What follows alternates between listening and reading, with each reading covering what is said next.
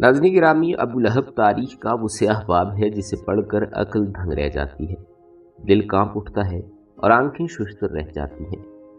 یہ ایک ایسے شخص کی کہانی ہے جو دنیاوی جاہ و جلال کا مالک تھا، جس کی زبان تیر کی طرح تیز، غرور آسمان کی بلندیوں کو چھوتا تھا اور دولت بے پناہ تھی۔ وہ قریش کے ایک معزز خاندان سے تعلق رکھتا تھا، جس کے ایک اشارے پر عرب کے سردار سر تسلیم خم کرتے اور جس کے حکم کی نافرمانی گویا موت کو دعوت دینے کے مترادف سمجھی جاتی تھی۔ پھر وہ لمحہ آیا جب ایک صدا بلند ہوئی، ایک اعلان گونجا اور تاریخ کا دھارا ہمیشہ کے لیے بدل گیا۔ حضور صلی اللہ علیہ وآلہ وسلم نے جب رب العالمین کا پیغام مکہ کی وادیوں میں بلند کیا تو یہی مغرور اور طاقتور شخص سب سے پہلے آپ کی دشمنی پر آمادہ ہو گئے۔ مگر وہ کیا جانتا تھا کہ جس حق کے چراغ کو بجھانے کے لیے وہ نکلا ہے، جس حق کو اپنے غرور کی ٹھوکر وہ لگانے نکلا ہے، وہی ایک دن ذلت کی گہرائیوں میں ایسا گرا کہ تاریخ میں ہمیشہ کے لیے نشان عبرت بن گیا۔ یہ وہی ابو لہب تھا جو اپنی زہر آلود زبان سے حق کے خلاف زہر اگلتا رہا، جو ہر دم نور حق کو بجھانے کی ناپاک سازشوں میں مصروف رہا، جو اپنی دولت اور جائیداد کے نشے میں چور یہ گمان رکھتا تھا کہ وہ ہمیشہ کامیاب رہے گا، مگر تاریخ نے اسے ایسی لعنت کا مستحق ٹھہرایا جو قیامت تک اس کے نام کے ساتھ جڑی رہے گی۔ اللہ تعالیٰ نے یہ پیغام واضح کر دیا کہ جو ہاتھ حضور صلی اللہ علیہ وآلہ وسلم کے خلاف اٹھیں گے وہ ہمیشہ کے لیے کاٹ دیے جائیں گے۔ وہی غرور جو اس کے سر پر سوار تھا خاک میں ملا دیا جائے گا، اور وہی زبان جو حق کے خلاف زہر اگلتی تھی ایسی عبرتناک بیماری کا شکار ہوگی کہ لوگ اس کے قریب جانے سے بھی گھبرائیں گے۔ یہ قرآن مجید فرقان حمید کی پہلی زندہ مثال تھی کہ جو اللہ اور اس کے رسول کے خلاف دشمنی مول لے لے گا اس کا انجام کیسا ہوگا۔ اللہ تعالیٰ نے خود اس کے انجام کی گواہی دی، اور یہ انجام محض ایک شخص کا نہ تھا بلکہ ہر اس نفس کی تقدیر بن گیا جو طاقت، دولت اور غرور کے نشے میں حق سے ٹکراتا ہے، جو دنیاوی سرمستی میں اپنے انجام کو فراموش کر دیتا ہے۔ آج کی اس ویڈیو میں ہم آپ کو بتائیں گے کہ حضور صلی اللہ علیہ وآلہ وسلم کے سب سے بڑے دشمنوں میں سے ایک ابو لہب نے کس طرح حضور صلی اللہ علیہ وآلہ وسلم کو اذیتیں پہنچائیں۔ اس کی بیوی کے ظلم و عداوت کی کہانی بھی آپ کو سنائیں گے۔ اس کے علاوہ ہم یہ بھی جانیں گے کہ ان کے بدترین سلوک کا حقیقت میں کیا اثر ہوا، اور سب سے اہم سوال یہ کہ وہ کون سی صورت ہے جو اللہ تبارک و تعالیٰ نے خاص طور پر ابو لہب اور اس کی بیوی کے انجام کی وعید کے طور پر نازل فرمائی۔ یہ تمام تر باتیں جاننے کے لیے آپ سے گزارش ہے کہ اس ویڈیو کو آخر تک لازمی دیکھیے گا۔ ناظرین گرامی، ابو لہب جو نسب کے اعتبار سے حضور صلی اللہ علیہ وآلہ وسلم کا حقیقی چچا تھا، مگر عمل کے لحاظ سے آپ صلی اللہ علیہ وآلہ وسلم کا بدترین دشمن ثابت ہوا۔ اس نے زندگی بھر آپ صلی اللہ علیہ وآلہ وسلم کے خلاف شدید عداوت اور مخالفت کا مظاہرہ کیا۔ ابو لہب کا اصل نام عبد العزیٰ بن عبد المطلب تھا، اور اسے ابو لہب کا لقب اس کے چہرے کی سرخی اور چمک کی وجہ سے دیا گیا، مگر وہی چمک بالآخر جہنم کی ایک نشانی بن گئی۔ اس کی بیوی ام جمیل جو ابو سفیان کی بہن تھی، وہ بھی دشمنی اور نفرت میں اپنے شوہر سے کسی طرح کم نہ تھی۔ وہ ہر لمحہ حضور صلی اللہ علیہ وآلہ وسلم کو اذیت دینے اور تکلیف پہنچانے کے نت نئے طریقے ڈھونڈتی رہتی تھی۔ اللہ تعالیٰ نے قرآن مجید فرقان حمید میں ان دونوں کے انجام کو ہمیشہ کے لیے محفوظ کر دیا ہے۔ کتاب العرائب میں اللہ تعالیٰ نے ارشاد فرمایا کہ ابو لہب کے ہاتھ ٹوٹ جائیں، وہ ہلاک ہو جائے، نہ اس کا مال اسے فائدہ دے اور نہ ہی اس کی کمائی، وہ بھڑکتی ہوئی آگ میں داخل ہوگا، اور اس کی بیوی بھی جو کانٹوں کا بوجھ اٹھائے پھرتی ہے۔ ناظرین، قرآن مجید فرقان حمید میں وہ واحد مقام ہے جہاں کسی دشمن اسلام کا نام لے کر اس کو وعید سنائی گئی۔ حالانکہ مکہ اور مدینہ میں بہت سے لوگ ایسے تھے جو اسلام اور حضور صلی اللہ علیہ وآلہ وسلم کے دشمن تھے اور ابو لہب سے کسی بھی طرح کم نہ تھے، لیکن یہاں پر سوال یہ ہے کہ ابو لہب کی ایسی کیا خاص بات تھی کہ اس کا نام لے کر قرآن مجید میں اس کا ذکر کیا گیا۔ اس سوال کو سمجھنے کے لیے ضروری ہے کہ ہم اس وقت کے عربی معاشرے کو جانیں اور ابو لہب کے کردار کو دیکھیں۔ قدیم عرب میں ہر طرف بدامنی کا سامنا تھا، اور لوگ اپنے خاندان، رشتہ داروں کے علاوہ کسی سے کسی قسم کا تحفظ نہ پاتے تھے۔ اسی وجہ سے معاشرت میں صلہ رحمی، رشتہ داریوں کا احترام بہت اہم تھا، اور قطع رحمی رشتہ داریوں کو توڑنا بہت بڑا گناہ سمجھا جاتا تھا۔ جب حضور صلی اللہ علیہ وآلہ وسلم نے اسلام کی دعوت دی تو قریش کے دوسرے خاندانوں اور سرداروں نے سخت مخالفت کی، مگر بنی ہاشم اور بنی عبد المطلب دونوں نے آپ کی حمایت کی، حالانکہ وہ اکثر لوگ ایمان نہ لائے تھے۔ قریش کے دیگر خاندانوں نے حضور صلی اللہ علیہ وآلہ وسلم کے ان خون کے رشتہ داروں کی حمایت کو ایک فطری عمل سمجھا، اور ان پر کبھی یہ الزام نہ لگایا کہ وہ اپنے آباء و اجداد کے دین سے منحرف ہو گئے ہیں۔ لیکن ابو لہب نے ان تمام عربی روایات کو پامال کر دیا۔ وہ حضور صلی اللہ علیہ وآلہ وسلم کا چچا تھا اور ان دونوں خاندانوں کا خون تھا۔ عربی معاشرے میں چچا کو والد کی جگہ سمجھا جاتا تھا، خاص طور پر اگر بھتیجے کا والد وفات پا چکا ہو تو چچا سے یہ توقع کی جاتی تھی کہ وہ بھتیجے کو اپنی اولاد کی طرح عزیز رکھے گا۔ مگر ابو لہب نے اس تعلق کو نظر انداز کرتے ہوئے اسلام کی دشمنی میں اپنے خاندان کی حمایت کو رد کیا۔ ابن عباس رضی اللہ تعالیٰ عنہ کی نقل کی روایات کے مطابق جب حضور صلی اللہ علیہ وآلہ وسلم کو دعوت عام دینے کا حکم دیا گیا اور قرآن مجید فرقان حمید میں یہ ہدایت آئی کہ آپ اپنے قریبی رشتہ داروں کو عذاب سے خبردار کریں، تو آپ نے صبح کے وقت کوہ صفا پر چڑھ کر بلند آواز سے پکارا، یا سباح۔ اس آواز کو سن کر قریش کے لوگ جمع ہو گئے۔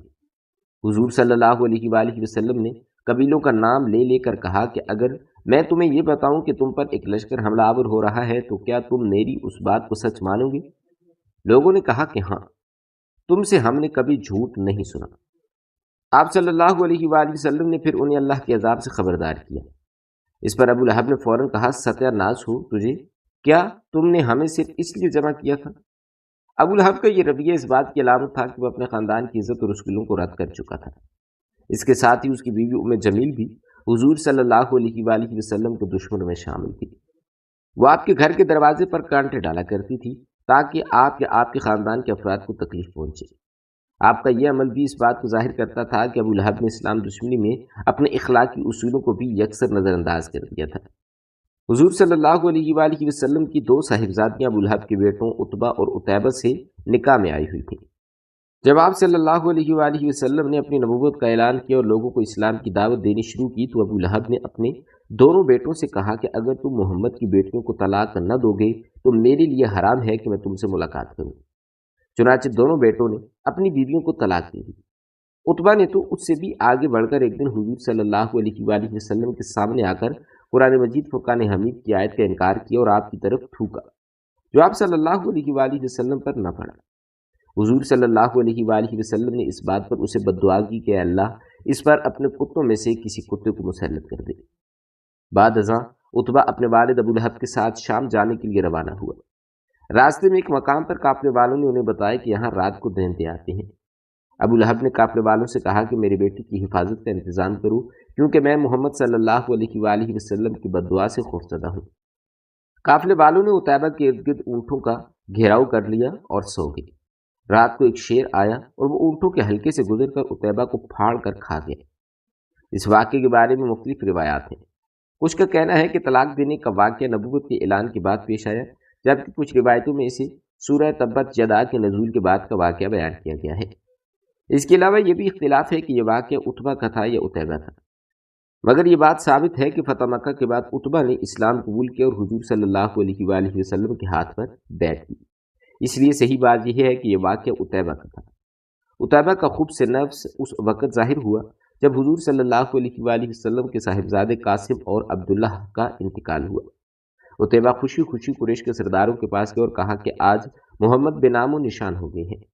حضور صلی اللہ علیہ وآلہ وسلم جب بھی کسی علاقے میں اسلام کی دعوت دیتے تو عتیبہ آپ کے پیچھے پیچھے جاتا اور لوگوں کو آپ کی باتیں سننے سے روکتا۔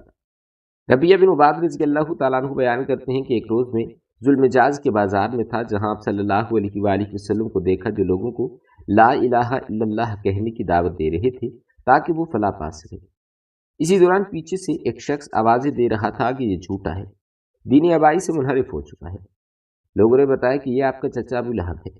اس طرح طارق بن عبداللہ بھی اپنی روایت میں بیان کرتے ہیں کہ انہوں نے ذوالمجاز کے بازار میں حضور صلی اللہ علیہ وآلہ وسلم کو لا الہ الا اللہ کہنے کی دعوت دیتے ہوئے دیکھا اور پیچھے ایک شخص نے آ کر آپ صلی اللہ علیہ وآلہ وسلم کو پتھر مارا، جس کے نتیجے میں آپ کی ایڑیاں خون سے تر ہو گئیں۔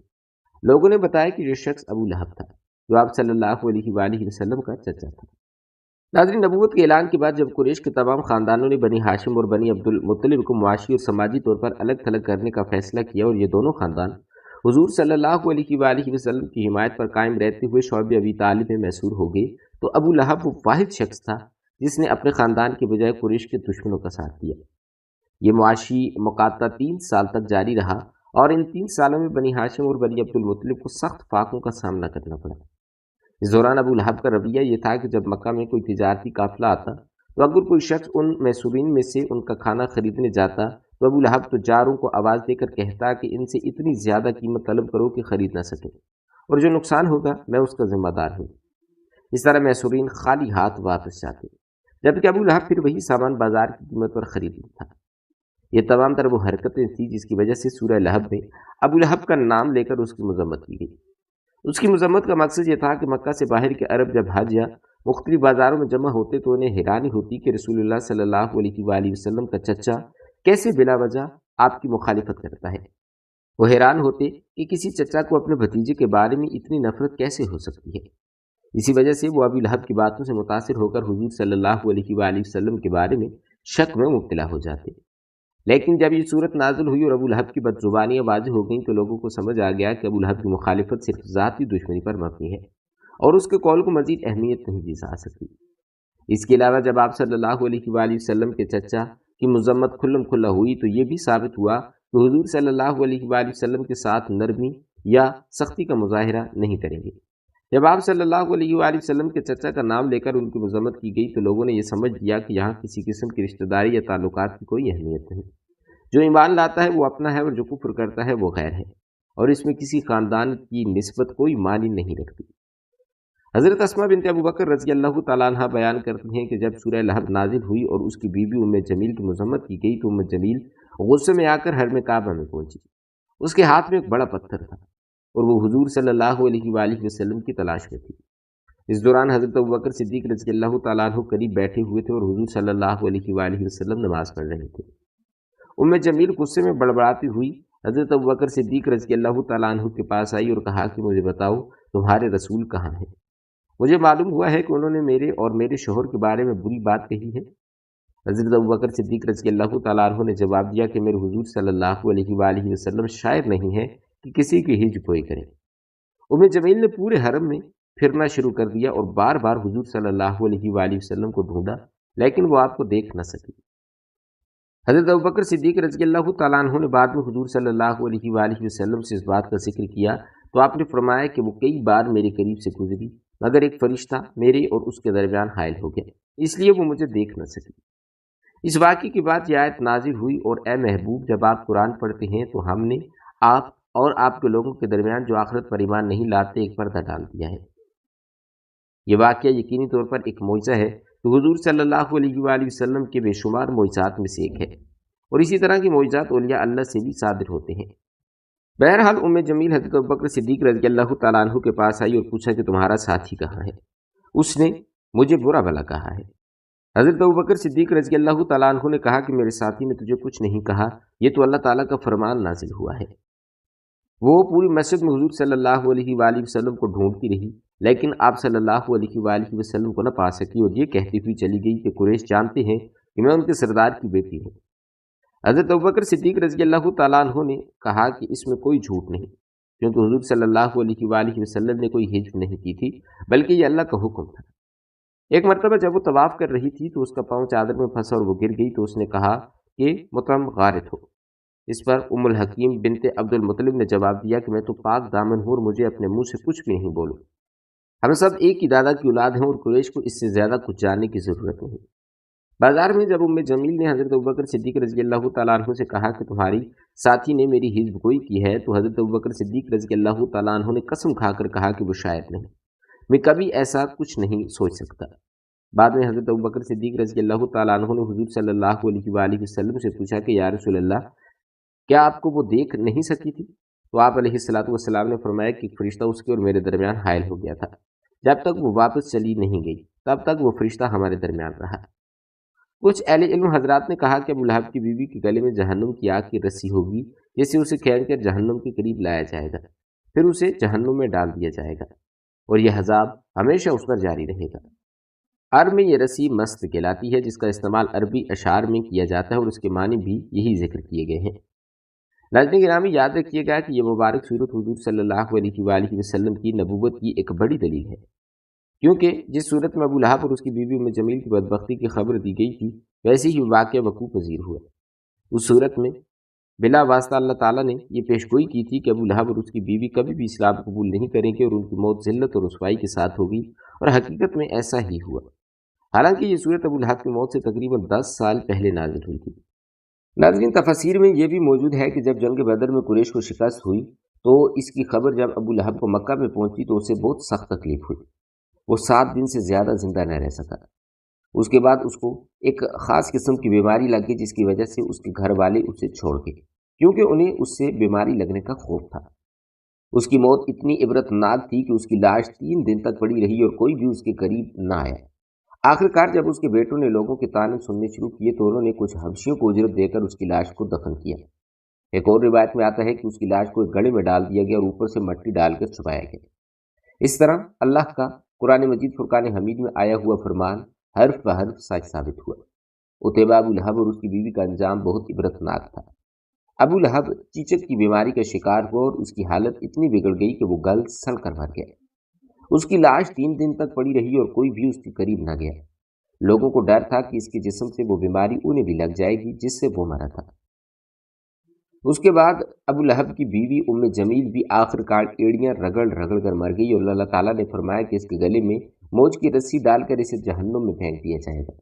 وہ اپنی قیمتی ہار پر فخر کیا کرتی تھی اور کہتی تھی کہ وہ اسے بیچ کر حضور صلی اللہ علیہ وآلہ وسلم کی مخالفت کرے گی۔ اللہ نے اسی گردن میں وہ توپ ڈال دیا جو شیطان بھی اس سے پناہ مانگی۔ ناظرین گرامی، یہ واقعات ثابت کرتے ہیں کہ اللہ تعالیٰ نے اپنے نبی صلی اللہ علیہ وآلہ وسلم کے گستاخوں کو دنیا ہی میں عبرت کا نشان بنایا ہے اور ان کی آخرت کا عذاب تو ابھی باقی ہے۔ تاریخ گواہ ہے کہ جس نے بھی حضور صلی اللہ علیہ وآلہ وسلم کی توہین کی اس کا انجام عبرتناک تھا، اور عتیبہ کا سر چبانے والا شیر بھی اس کی مثال ہے۔ انشاءاللہ ایسے ہی شیر ہمیشہ آتے رہیں گے۔ اللہ تعالیٰ ہمیں حضور صلی اللہ علیہ وآلہ وسلم سے سچی محبت کی توفیق عطا فرمائے۔ ناظرین گرامی، اسلام کا دامن کتنا وسیع ہے اور حضور صلی اللہ علیہ وآلہ وسلم کے حوصلے کتنے بلند ہیں کہ آپ کے بدترین دشمن بھی جب سچی توبہ کر کے آپ کے پاس آئے تو آپ نے کسی کو آڑ نہ دلائی، بلکہ ان کے قبول اسلام پر آپ خوشی سے سرشار ہوئے۔ بدترین دشمنوں کی اولاد بھی آپ کے پاس آئی تو آپ نے انہیں دھتکارنے کے بجائے سینے سے لگایا۔ ابو لہب کے بیٹے عتبہ نے حالت کفر میں اپنے باپ کے زیر اثر حضور صلی اللہ علیہ وآلہ وسلم کی بیٹی کو طلاق دے دی تھی، تاہم اس کی کوئی گستاخی تاریخ میں مذکور نہیں، جس طرح اس کے بدبخت بھائی کی حرزہ سرائی تاریخ میں منقول ہے۔ لیکن فتح مکہ کے موقع پر آپ صلی اللہ علیہ وآلہ وسلم کے چچا حضرت عباس رضی اللہ تعالیٰ عنہ سے اور اس کے بھائی کو لے کر حضور صلی اللہ علیہ وآلہ وسلم کی خدمت میں حاضر ہوئے اور ان دونوں نے اسلام قبول کرنے کی خواہش ظاہر کی تو آپ صلی اللہ علیہ وآلہ وسلم بہت خوش ہوئے اور اپنے چچا حضرت عباس رضی اللہ تعالیٰ عنہ کو بھی مبارکباد پیش کی، جنہوں نے اپنے بھتیجوں کو کفر کی ضلالت سے نکال کر اسلام کی روشنی میں لا کھڑا کیا۔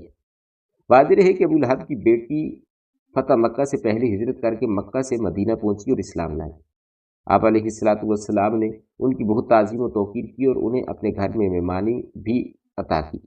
یہ ابو لہب کی بیٹی تھی، مگر آپ علیہ السلام فرما رہے تھے کہ میری بہن آئی ہے، میری بہن کو خوش آمدید مرحبا۔ کفر و اسلام کی کشمکش میں یہ واقعات بڑی ایمان افروز ہیں اور اہل ایمان کے لیے ان میں بہترین درس موجود ہے۔ ناظرین گرامی، ابو لہب کی اولاد میں سے 5 افراد نے اسلام قبول کیا۔ ان میں سب سے پہلے عتبہ بن ابو لہب کا ذکر ہے، جو حضور صلی اللہ علیہ وآلہ وسلم کے حقیقی چچا کے بیٹے تھے۔ فتح مکہ کے بعد حضرت عباس رضی اللہ تعالیٰ عنہ نے انہیں تلاش کیا اور ان دونوں بھائیوں نے اسلام قبول کیا۔ عتبہ نے غزوہ حنین میں حضور صلی اللہ علیہ وآلہ وسلم کے ساتھ حصہ لیا اور اسلام کے لیے اپنی جان کی قربانی کی۔ دوسری بیٹی عزہ تھی، جو پیغمبر صلی اللہ علیہ وآلہ وسلم کی چچا زاد بہن تھی اور صحابیہ کے طور پر جانی جاتی ہیں۔ ان کا نکاح اوفی بن حکیم سے ہوا اور ان سے عبیدہ، سید اور ابراہیم کی اولاد ہوئی۔ خالدہ بنت ابی لہب بھی صحابیہ تھیں اور عثمان بن ابی العاص سے ان کا نکاح ہوا اور ان کا ذکر بھی کتب میں کم ملتا ہے۔ تیسری بیٹی درہ بنت ابو لہب تھی، جنہوں نے اسلام قبول کرنے کے بعد ہجرت کی۔ ابو لہب کے سوا ان تمام نے اسلام قبول کیا سوائے عتیبہ کے، جس کا عبرتناک انجام شیر کے حملے سے ہوا۔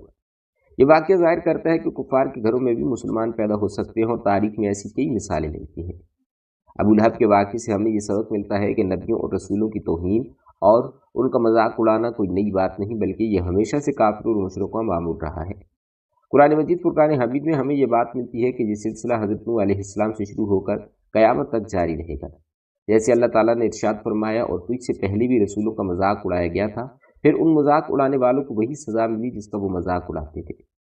اس آیت سے مراد یہ ہے کہ دنیا میں یہ لوگ اس وقت خوش ہوتے ہیں جب وہ رسولوں کا مذاق اڑاتے ہیں، مگر اللہ کی طرف سے انہیں مہلت دی جاتی ہے اور پھر انہیں سخت سزائیں ملتی ہیں۔